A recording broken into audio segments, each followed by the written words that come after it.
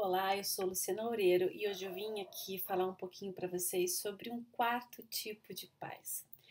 Eu já falei um pouquinho sobre pais controladores, superprotetores e negligentes. Hoje eu vou falar sobre um último tipo de pai e mãe, que é o tipo de pai e mãe que a gente precisa trabalhar para conseguir ser, que são os pais que são firmes e gentis ao mesmo tempo.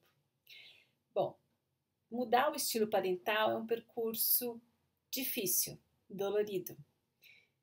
Mais importante, deixar de ser controladora ou permissiva ou até mesmo negligente, como eu já comentei em vídeos anteriores, requer da gente um árduo trabalho de autoconhecimento e autoeducação.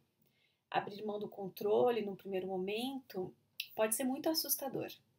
Por outro lado, ser mais firme com alguns combinados pode ser meio estressante, assim como assumir um papel mais presente pode trazer para a gente uma sensação de incapacidade.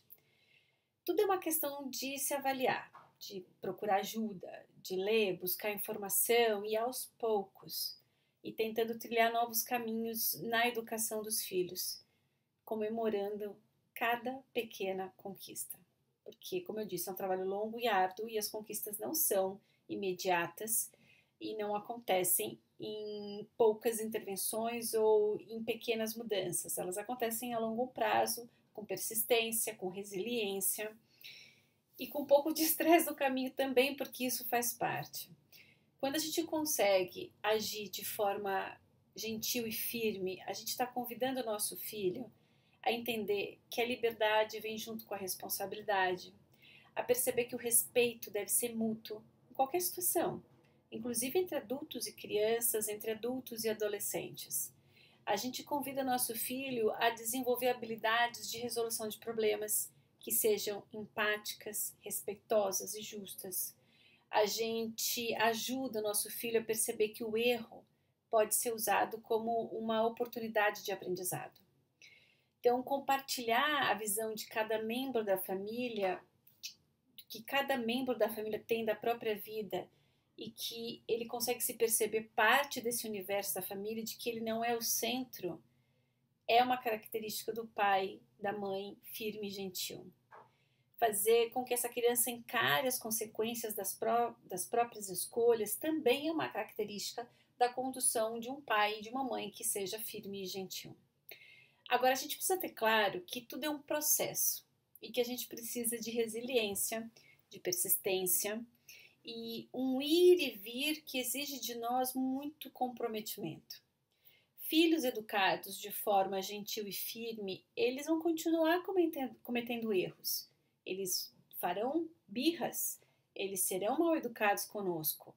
Afinal de contas, o cérebro deles está em amadurecimento. Isso faz parte do jogo. Ser firme e gentil não é mágica, não é algo que vai resolver os conflitos, as birras, as malcriações de uma hora para outra. É um percurso longo, intenso de formação, que exige de nós muita disponibilidade, muito comprometimento, crença de que a longo prazo vai ser o melhor caminho para os nossos filhos. Que os resultados a gente vai conseguir assistir aos poucos, né? Assim que os nossos filhos saírem da adolescência e começarem a ter que se virar por conta própria no mundo adulto. A gente precisa seguir com coragem, porque vale a pena. Quando a gente é muito controlador, a gente acha que as coisas se resolvem de imediato. De fato, elas se resolvem de imediato. Mas como eu disse no outro vídeo, elas se resolvem ali naquele momento e faz a gente dormir bem porque o problema foi resolvido. Mas ele foi resolvido pontualmente, não foi com consciência, não foi com amadurecimento. A criança e o adolescente acabam respeitando e resolvendo ali a questão porque tem medo da punição e não porque entendem que aquilo é importante para ele, para o outro e para o coletivo.